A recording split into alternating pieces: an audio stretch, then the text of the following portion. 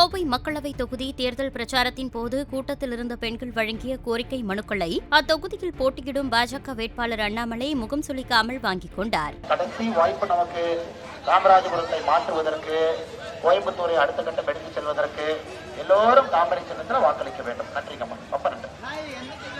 அந்த சகோதரிகளே, குடிக்கிற தண்ணி வரலன்னு அந்த அக்கா சொன்னாங்க. நம்ம இந்திரா கிட்ட கார்டு சொல்றத கவனிங்கம்மா. எல்லாத்துக்கும் டெய்லி 20 லிட்டர் நல்ல தண்ணி கொடுக்கறதுக்கு வாட்டர் ஏடிஎம் மிஷினை வச்சு கார்டு இந்திரா கிட்ட கொடுத்துருக்கேன்.